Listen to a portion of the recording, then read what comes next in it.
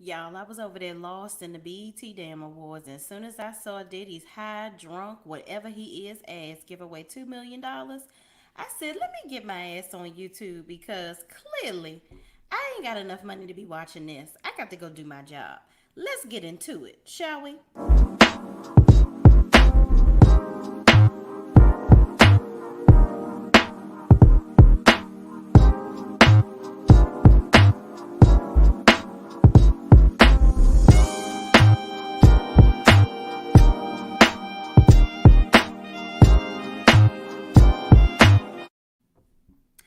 All right, y'all. So the episode starts off with Martell and the guys coming down and they're enjoying the final wine tasting in Atlanta. Okay. So clearly, Martell is 15 sheets to the wind. Okay. He's clearly drunk. Something's going on. He's having a moment and he can't even get his damn words out, child. So he's wearing the animal rights, spokesperson for animal rights on his daggone chest, child. And I'm like, what is this, one of the furs that you didn't give Melody back?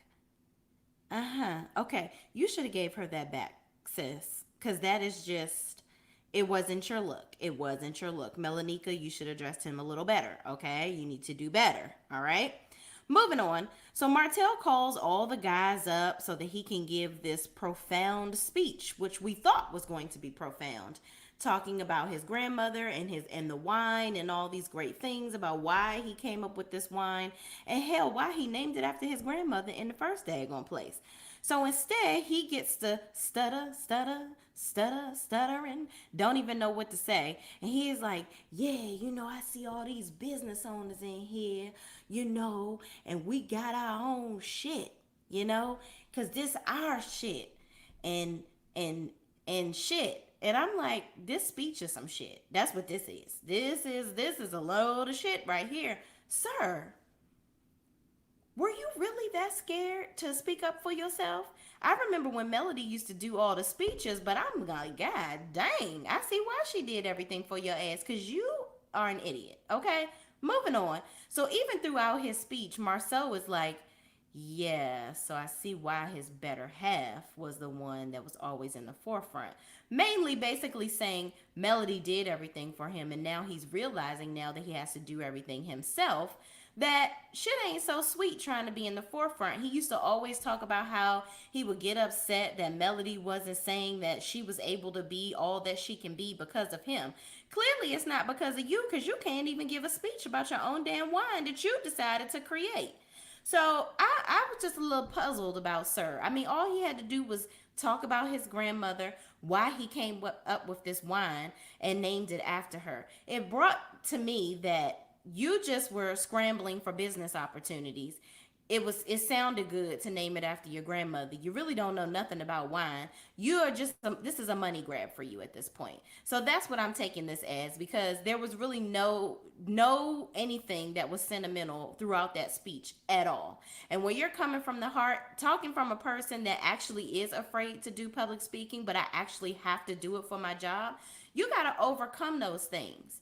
And for this to be such a huge thing, Melanika as his manager, I'm thinking, sis, you should know your client. You should have wrote something out for him to say. Because this right here, this ain't it. Okay? This really just made him look worse than he already do. Okay? So then, after he gives his shitty ass speech, child, he goes outside and he's having a moment and his uncle comes out there. So his uncle is, I forgot what the uncle's name was, y'all. I ain't even write it down. But his uncle came outside and he seemed really upset. Like he's like, what was that in there? Like why you didn't talk about my mom at all. Like you really didn't do her any justice. Like this was terrible. Like this is a shit show. And here's my thing. When Martell called all those people up there to help him with his speech, or giving accolades to all his friends, he didn't even call his uncle up there to say, hey, my uncle is here, he's one of the surviving children of my grandmother, my grandmother had 5 children, whatever the case may be, he's my mama's brother.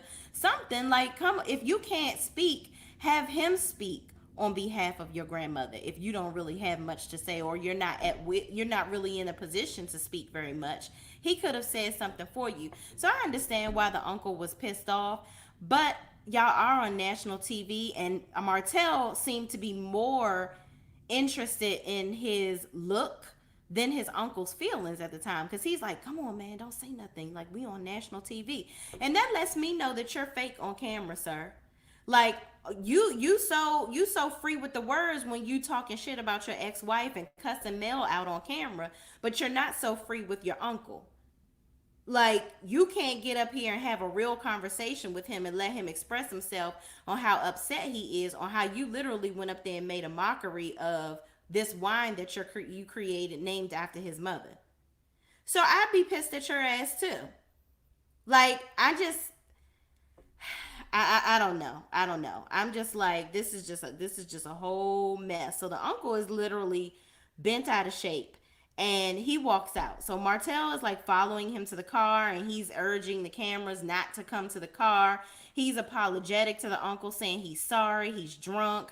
You know, he couldn't really get the words out, and the uncle is like, you know what, whatever, we straight, whatever. Like, and he leaves because he's that pissed off. So inside, Chris is talking to the guys and he tells them that the uncle was really upset. And Maurice over here licking Martell's left teat without him even being in the room, saying, Martell may not have had the right words, you know, but he's really a good guy and he's really trying. You know, I'm really tired of people kissing Martell's ass. Like, he needs real friends that are going to tell him, listen, you fucked up. Why don't you? Even Chris asked him, who's distributing your wine? How are you getting this out there? These are legitimate questions that somebody is going to ask somebody that is a legitimate business owner that Martell didn't seem to have the answers to. And I'm in several Facebook groups that discuss Love and Marriage Huntsville, and some people were saying that Chris is jealous of him. And I'm like, Chris is not jealous of this man at all, okay? Him and his wife were counseling him and Mel. He's very successful. Chris has several businesses that are doing extremely well. He is not jealous of Martell Holt, okay? Martell is still trying to get himself out of quicksand that he put himself in for his past endeavors. Now, should his past define his future? Absolutely not. However, if you're going to be a legitimate businessman, you have got to be organized in your endeavors and in all your efforts. And with this, it fell flat, sir. I'm just saying, okay? So moving on, the next morning the guys get up to leave and Lewis has already left because unfortunately he's had a death in the family, so he had to hurry up and get home before the guys. So the guys tell Martell they really enjoyed themselves and that they were proud of him for what he's trying to do. Again, gassing him up, but not doing the right thing to light the fire under his ass that is needed. Okay, let's get to the comments, y'all. Chandra says, hey Shay, thank you for saving me from the BET Awards. Girl, I had to get out of there too, because when Diddy started giving away $2 million and thanking Cassie that he done wasted her damn life forever, I'm like, ooh, this man is lit. And then you got Kanye on stage looking like the Walking Dead, child. He couldn't breathe through the damn speech to present the man. I'm like, you know what? I can't see a dead man walking on stage. I got to go. Because I don't want to witness nothing here. So I got to get up on out of here. I has to go on and change the channel. But thank you for coming over, Chandra. Slick2811, my boo, has joined us. Hello, Shay. I am so sick of Maurice. Why is he always defending Martell and Tisha? Girl, I don't know, because he's a fucking idiot. Like, I get it, trying to be a supportive friend and all of this, that, and the third. But here's my thing. I consider myself a very supportive friend. But when my friends are fucking up or when they need an extra push in the right direction out of foolery, I give them the push and the nudge that they need, okay? It seems like they are just so busy, like, giving him all these accolades and complimenting him where it's not needed. Like, y'all need to be his real friends and tell him, if you're going to be a businessman, be a businessman. Let's not play business. This is not for play. Being an entrepreneur is some real shit. Like, real. Like, he's really having to experience all these things on his own. He's not getting down and dirty. We don't see him walking through the winery, testing the grapes, or doing any of this for this business. It's giving very Alibaba transaction. That's what it's giving for me. This is giving the Alibaba of wine, and I'm going to slap a label with my grandmother's name on the front. I don't know shit about it. I'm just hoping and praying that it sells because I'm on a nationally syndicated TV show, and I needs the coins because I have 5 children and a baby mama that's selling boutique clothing and letting my son scream all day and actually letting her other daughter raise my kid. And that's another story for another day because Dingleberry Brain, I have no words for her on my channel. Okay, moving on. So Tiffany and Lewis are on my screen, child, and let me just say this, y'all, because I don't even want to talk about them. Um, their storyline is giving very fake to me. One minute you busting it down whenever your man asks you to, and then the next minute he's saying that it feels very transactional. I don't understand the exchange between Tiffany and Lewis. Then Tiffany is saying, well, this is a conversation that we need to have. If you feel like we're not having enough sex, then we need to talk about that because this is a very serious thing. But I feel like I'm doing enough and I'm working and I'm doing. First of all, it's very much so about you, Tiffany, and it's very much so you're not listening to your husband. Like, why did you marry him, sis? You basically dragged him down the aisle, planned a whole wedding, and ambushed the man. You must really want something from him. He must have something to give. And I'm sure it's not the big black dick. That's not all that you're, ravaging over, okay? Because clearly you've been pushing that away lately. So I'm really not understanding the Tiffany and the Lewis of it all, and I really would not be upset if they don't come back next season. I'm just saying, get y'all shit together, because if y'all are playing in our faces for the cameras and ruining your marriage over it, y'all are going to be the ones that are going to get laughed at in the end. Because this check that you getting from Carlos King, I hope it's worth it. That's all I'm going to say. We're going to keep on rolling through the Tiffany and the Lewis loser of it all. Because I'm so sick and tired of them. I don't even know what to do. Okay? So moving on. In the next scene, Kimmy and Maurice are talking. And she says the house has been peaceful because everybody has been gone. She asked Maurice about the trip. Or, does she have to find out on social media, child? Kimmy? Sis, if you got to ask if it's going to come up on social media, that's a problem. Okay? You know good and goddamn well that man wasn't going to do nothing because the cameras was there. That was his babysitter. That's why you were walking around your house peaceful, sis, because you knew the cameras were there babysitting your husband and his brother. Okay? That's why you were sleeping peacefully at night in your home. Not because Monster was away at Jalen's house or Jalen wasn't coming over. And I get it. I need a little solitude my damn self. I have a 6-year-old son and my husband being here flat flying around getting on my nerves. But when they gone, I take a little break. But I'm not peaceful for the same reasons Kimmy is peaceful. Okay? And that's that on that. All right? So Maurice is like, you know what? Listen, I ain't even gonna play around with you. Actually, he did play around with her because she was asking him what happened. And Maurice and Marceau have this thing where they just have to play games with their words. And what you're not gonna do is play with Kimmy. That's one thing you're not gonna do. Because Kimmy was like, did your skin touch their skin? That's what I need to know. Break it on down, okay? Bring it on down in my Candy Burris voice, okay? Because what we're not going to do is spend 10 to 15 minutes of you jumping around the mulberry bush about what the fuck you did. Tell me what the fuck you did before I smack the shit out you on this camera. That's exactly what Kimmy should have said. Because Maurice and Marceau, y'all must have learned this shit from your daddy. Like, he must have wrote a book on how to talk around a topic forever to get people to not even want to know what you're saying. Because that's what it makes me want to do. It makes me be like, you know what? I don't want to talk to you ever again. Because if I have to spend 20 minutes getting one little thing out of you, you're a liar. And I don't need you. Because Khadijah don't need you. Okay? I ain't got time. So Maurice was like, all right, you got me. I'm not going to play these little games today. All right. We went to the strip club, Maurice, then he tells her about Lewis and the rage room and the sexual frustration and all this stuff. And Kimmy was like, well, looky. Miss Tiffany said that she was busting it wide open and don't tell him bring it back all the time. So I don't understand why he's raging over the sexual orientation of it all in their marriage. So I'm just like, you know what? This storyline is falling flat with everybody, Lewis and Tiffany. Don't nobody believe you, even your own castmates, okay?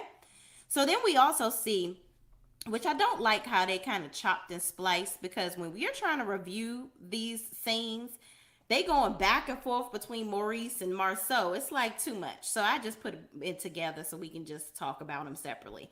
So Marceau and Tisha are talking. It's a very different conversation. So Marceau is telling Tisha very vaguely what happens. Tisha is over here wanting to ask more questions, but you can tell that she's scared too, because she don't want to have a confrontation with Marceau. God forbid she asks him a straight up question, because he gonna do the same damn thing, cha-cha slide all around the damn truth like his brother Maurice does. But it just don't work with Kimmy. Tisha will just be like, whatever, Marceau, it's not funny. And Marceau even says, listen, yeah, we went to the strip club. You know, Martell had some ladies there, but I'm married. You know, it is. And I did, you know what? I didn't say nothing about, there was a scene in the beginning, Marceau talking about, oh yeah, I got my wedding ring in my pocket. What made you, when you took it off and retrieved it to put it back on, put that motherfucker in your pocket? Because you playing. That's what you're doing. Then you did this on camera because you really trying it. Like, I've never seen somebody work so hard to embarrass their wife in my life. And Tisha is just so dumb. Like, poor little tink tink. Why do you continue to let this man embarrass you like this? Like, he knew that the cameras was there. And I would think that he would be on his best behavior because the cameras were there. But you know what? He lets the I don't give a fuck about her load take over every time. There's the good angel on one side and the devil on the other, and he continues to speak here. Okay, he don't ever do the right thing like Spike Lee. He needs to just stop playing around with that woman and just stop treating her like trash, because it's just really getting annoying and it's falling flat. It's embarrassing at this point. So they're talking, and he even says withholding sex. If your partner is withholding sex, you should be able to outsource it. I was done after that.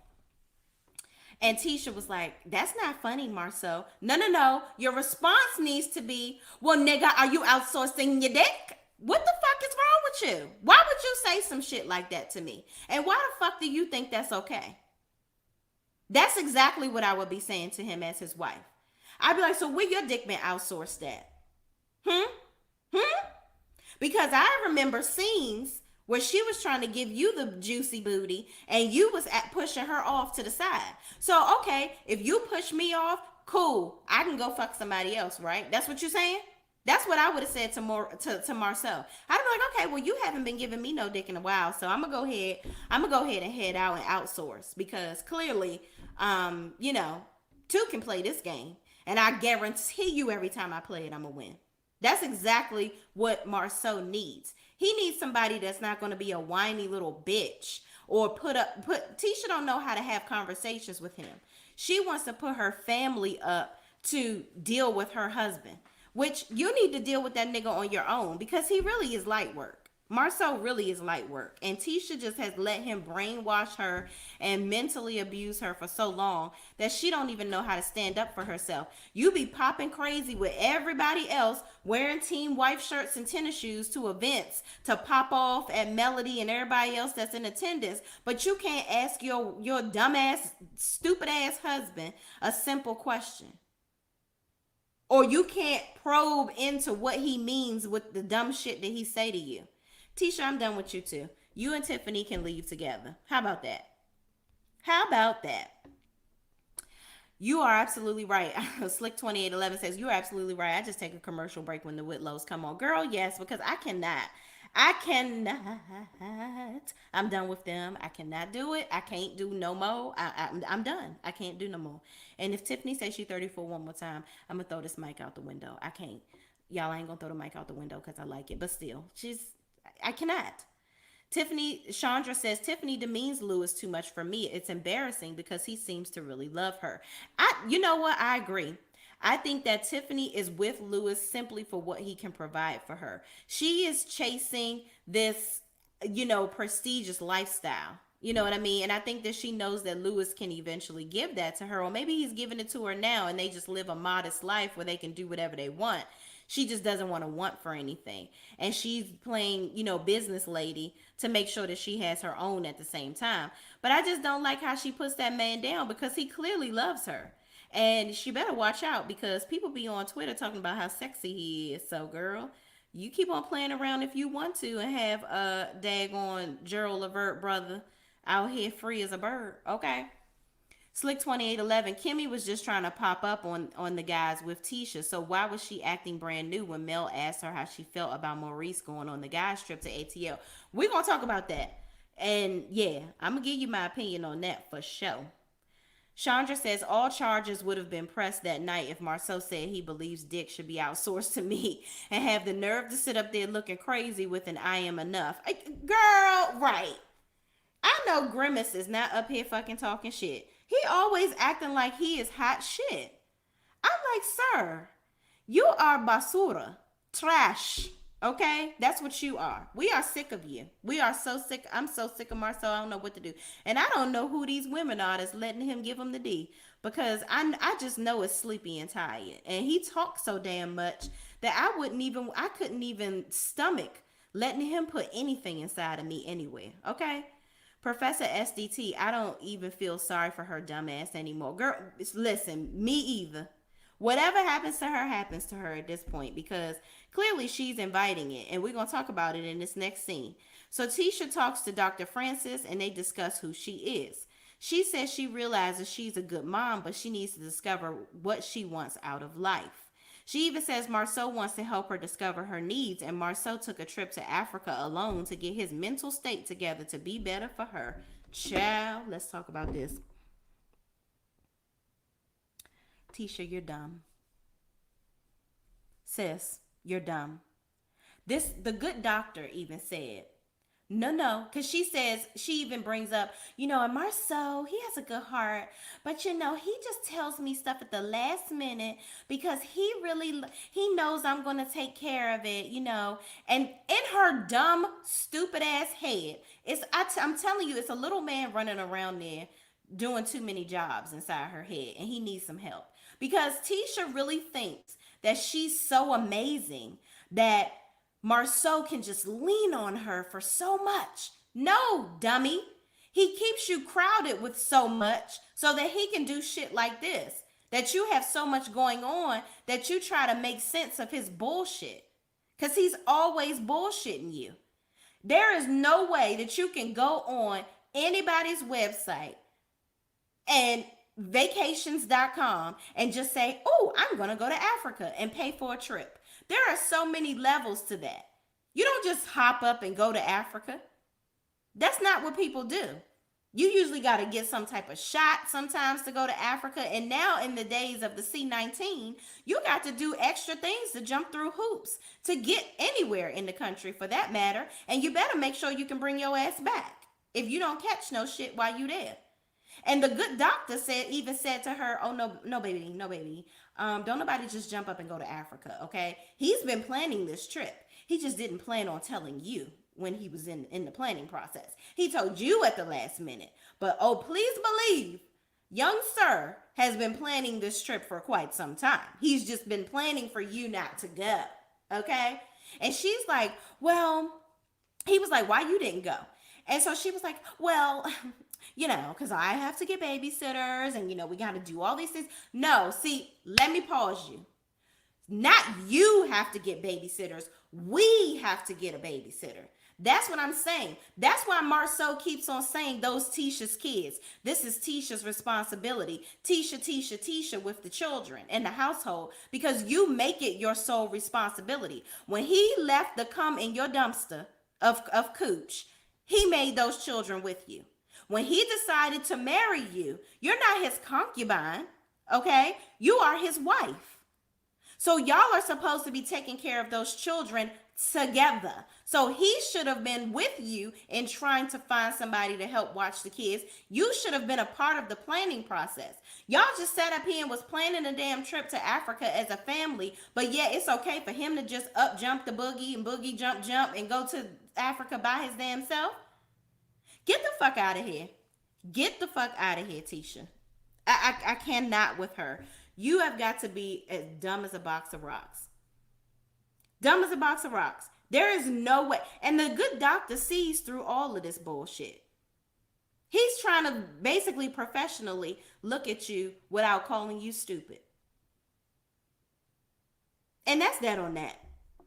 So moving on, Dr. Francis says that, he says there is a dependency where Marceau can depend on her and he can do whatever he wants because she's going to do everything he wants her to do to benefit him.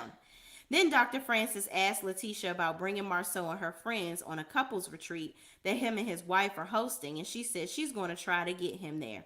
First of all, that's the thing. You are not able to get him to do things that you need, but you jumping up and doing whatever the fuck he asks you to do and asking how high. Tisha, bark like a dog. That's all I need to hear from you, because that's all you do where it comes to Marceau. And this ain't coming to America, Africa style, chick. You are just very dumb, delusional. I don't know what world you live in that you think that this is a good man. And I don't care how many commercials y'all make for Black where y'all riding around in his two-seater, child, and how many pictures you take or how many times you bounce that sagging ass booty on his face on a cruise, on a little mini cruise boat. It's not given. It's given. Stop it. That's what it is. Okay. I'm so sick of y'all. I don't even know what to do. Moving on, y'all. So Martell is at his mom's house with her basically over here. Child, you know what? Before we get into this, let's get into my comments with my people, because I'm telling you, these people be having my blood pressure up, and I just cannot. I cannot. All right, here where we at. I don't feel sorry for her. Yeah, girl, we didn't did that, and I don't feel sorry for her ass either. Slick 2811. Oh my God, Dr. Francis had the look of disbelief on his face listening to Tisha. Like no person can really be this dumb. Girl, right. Like, why are you this fucking stupid? I can't even muster up enough energy to give to her anymore. I'm just like, girl, just say, girl, I don't even care if he cheating, y'all. I don't care. I'm good. Just say that. Professor SDT, Tisha's mom has instilled in her the Betty Wright paradigm. Having a piece of man is better than no man at all. I know you fucking lying. Girl, right. Listen, having a piece of a man, but you got a piece of bullshit for a man, Tisha. That's what you got. So find a different piece, because this slice is gone. It's spoiled. It's gone bad. And the store left it on the shelf too damn long, sis. Don't eat that piece. That's the bad part. It's spoiled and it's mold on it. Okay. Slick 2811. Shay, you read Tisha and Marceau grimace like nobody else. Girl, he do look like Grimace. He get on my fucking nerves. I'm sick of him. So moving on, y'all. Martell is at his mom's house where she ain't cut the damn umbilical cord, and he's suckling at her damn teeth. I'm so sick and tired of her talking about how good of a person he is. Girl, your husband, your son is some trash, ma'am. Okay? I don't know what you did raising this boy, but he is trash, and more trash. Okay? Hold your son accountable, ma'am. Miss Marlene, hold your son accountable. There's a simple way to love your child, but also tell them that they full of shit. And your son is full of all the shit in Huntsville, ma'am. Okay? So let's get into it. So Uncle Sam, that's the man's name, Uncle Sam. So they talk about Uncle Sam at the tasting. His mom says that she understands how Sam felt about Martell not acknowledging their mother, because even his mother was like, my mother was an amazing woman. They even go into a conversation talking about the mother and reminiscing about her, how she sat in the cold coming to Martell's games and how much she really loved him. She supported him and all these different things. Why you couldn't remember this in your drunken stupor? Oh, okay. You blame the 13.5% alcohol rate on your wine. Okay. And you a lightweight. Got it. Whatever. So Sam is pissed. And the mother understands that. They're reminiscing. And then Martell even, see, and Martell always wants to blame his shortcomings on somebody else. He even blamed not trying out for the NFL because apparently he really was good in football, but he was so distraught over his grandmother's death that he couldn't even do the tryouts. No, you turn your pain into your triumph. That's what you do. You take the love that your grandmother had when she came and was sitting in the cold at them damn games for you, and you take that and you go and you do the best you can at those tryouts. That's what you should have did. Instead of sitting here feeling sorry for your damn self like you've been doing all your life, it seems. And your mother over here holding your hand through the bullshit, making it seem like it's okay for you to continue in the foolery and the toolery of it all. I don't feel sorry for Martell. You're doing all these try to get rich quick schemes. You're not really doing what you're supposed to do as a supposedly prominent business person with a business mindset. You're not doing anything to hold your own self accountable. You're not going and doing what you're supposed to do to pass that test. You sitting up here sitting on the backs of everybody else to do everything for you, just like you fucking did with Melody. Melody did everything in y'all marriage. We've all, the cat's out of the bag. We all see that she was the brains behind everything that you did that made you successful. Because guess what? She's still using the tools and she's successful over there by her damn self. You got this wine. You tried to get the prototype male to help you out. She been trying to move you along because it seemed like you need some type of a woman to help you to get your shit together. But you still don't even want to do your part of the checklist, the honey-do list of it all, to get your shit done. And your whack ass mother is sitting over here making it seem like it's okay. You're a good person, son. Yeah. No, you're a piece of shit. Okay? And you continue to show us that with your lack of accountability with anything that you do. You didn't hold yourself accountable with your uncle and his feelings. You sat there and tried to make it seem like he was trying to make you look bad and all this, that, and the third. When you should have just sat there and said, you know what? I shouldn't have got so tossed up so I could have properly done the speech talking about my grandmother because I love her so much. And that's why I came up with this wine and named it after her. You could have simply did that. At this point, I feel like you named the wine after your grandmother so that you can try to get some sympathy from the audience because everybody loves an old grandma, right? Get the fuck out of here, Martell. Take some accountability. Do the work. Do the work. That's what I want to see you do. Do the work. DT Dubs. From now on, that should be your slogan. You need to have it tattooed on your fucking back. Do the work. Because right now, you're bullshitting. Okay? And that's that on that with that, y'all. I don't even want to talk about his tired ass mother over here coddling her whack ass Mighty Mouse looking ass son. I'm so sick and tired of Martell. I don't know what to do and blaming everybody else for everything that's going wrong in his life instead of taking a look at all the shit that he's done. It's whack. I'm over it. Moving on. In the last scene, hold on, y'all. Let me talk to my people real quick before we get into this last scene. Y'all know I don't like for this stuff to go too long, so we about to try to wrap it on up. All right? I don't even feel sorry for her. Oh my God, Dr. Francis, where we go? Tisha's mom has instilled in her. Where we at? She is the typical old school black mama of boys. They'll forgive them to hell and back and claim they are still good people while dragging their daughters for filth every chance they get. They are trash. And you are 100% right, Miss Chandra, okay? 100% believe it. Octavia says, exactly. Professor SDT says, that's because this whole wine thing is BS. Round of applause, drops the mic. He thinking that people will buy that sweet ass crap. Newsflash, dummy. All black women don't drink that Fred Sanford Ripple, you peddler. The way I'm gonna cackle when I get off of this live. Not Fred Sanford, sis. You the real MVP. That's hilarious. Okay. Moving on, y'all, because I'm about to be cracking up after this. I'm telling y'all, let me get myself together for this last scene. Wait till I tell my husband that is funny. All right. Moving on, y'all. Mel and Kimmy meet for lunch.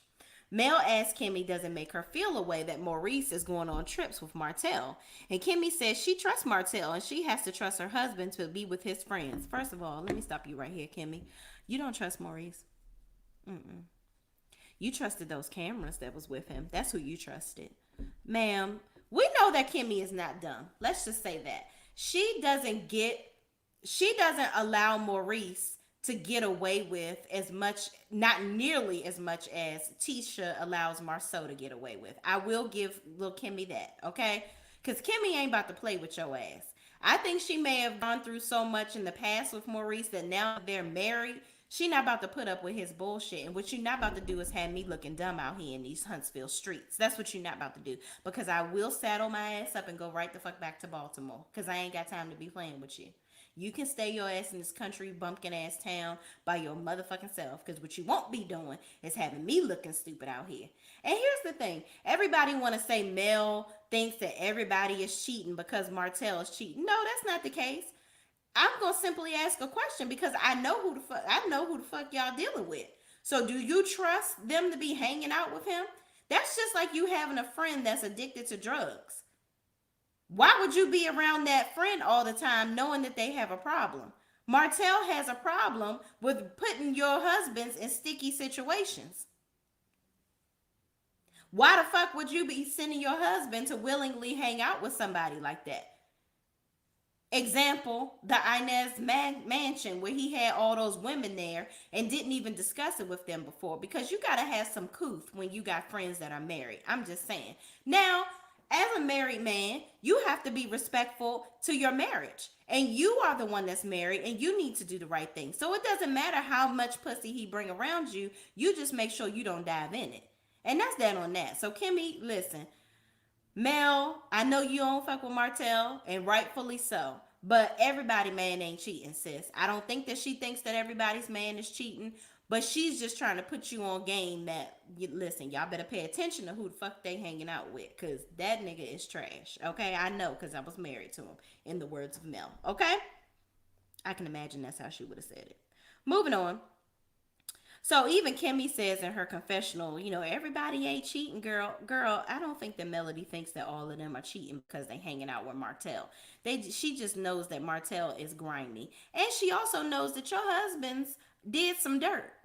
And while y'all want to sit over here and put the rose-colored glasses over your eyes, she knows more than she insists upon saying, okay? And we're going to leave that there. So Kimmy tells her about Martell's wine and how he's named it after the grandmother and how his Uncle Sam got upset because Martell didn't give enough accolades to the grandmother at the event. So Mel asks, who was the event planner? And Kimmy says it was Melanika. So Mel tells the story of Melanika being their wedding planner and how she quit 2 weeks prior to their wedding. Mel was at the time was 22 years old. Melody Holt, or Melody Cherie as she wants to be called. She was 22 at the time, and I think Martell, if Mel was 22, I think Martell is like 3 or 4 years older than Mel, because I think Mel is a year younger than me. I'm 30, she's 36, so maybe we're the same age. So she'll be 37 this year, and so will I. So, and Martell is 40. Right? So yeah, they're 3 years apart. So she must have been 22 and Martell had to have been about 25 when they got married. Okay? So anyway, Melanika was planning their wedding, but she jumped out of it because on a three-way call, she basically was like talking to them about the wedding stuff, but then she aired Martell's ass out. She was like, and you trying to talk to my assistant and you're a cheater, so I can't, basically I'm not trying to be a part of this, planning this wedding because you're not ready to get married. And so Mel, being young and in love, she just decided to get married anyway, and she believed Martell when he said that Mel was lying. So Melanika, he basically was on the call saying, Melanika, why are you lying like this? Like, that's not happening. That's not what I'm doing. But Mel says, if I knew then what I know now, I'd have believed her ass and I would have never got married. But it is what it is. Y'all got married 4 kids later. This is what happens. Okay. So then she says, they must have, somehow done reconnected at this point. But the Melanika's mother-in-law ended up having to finished their wedding, and they had lost so much money on vendors and things that Melanika had set up, and she didn't give them their deposit back for not actually planning their wedding. So I was like, damn, that's kind of messed up and shady.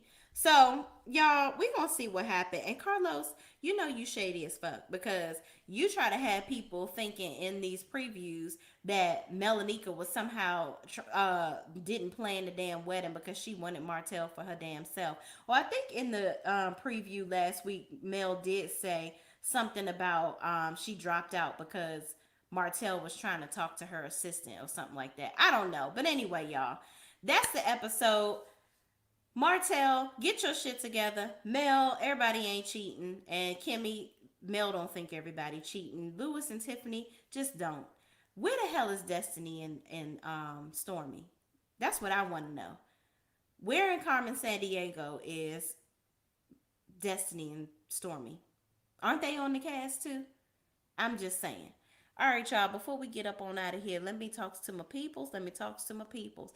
That's because this whole, okay, we talked about that. I'm dead. Friend Sanford, Ripple, chat. When I tell you, I'm about to howl like nobody's business when I get off of here reading that comment again. Okay. Professor SDT. Kimmy also knows their relationship overlapped his last one. I'm just saying, the same way you got him, sis, you know the rest. And that is where I bid you adieu. Thank you guys for watching. Please, please, please don't forget, before you exit out of here, like, comment, subscribe to my channel, and share it with your friends that watch this show with us so they can kiki with us. And I will see you in the next video. Peace out.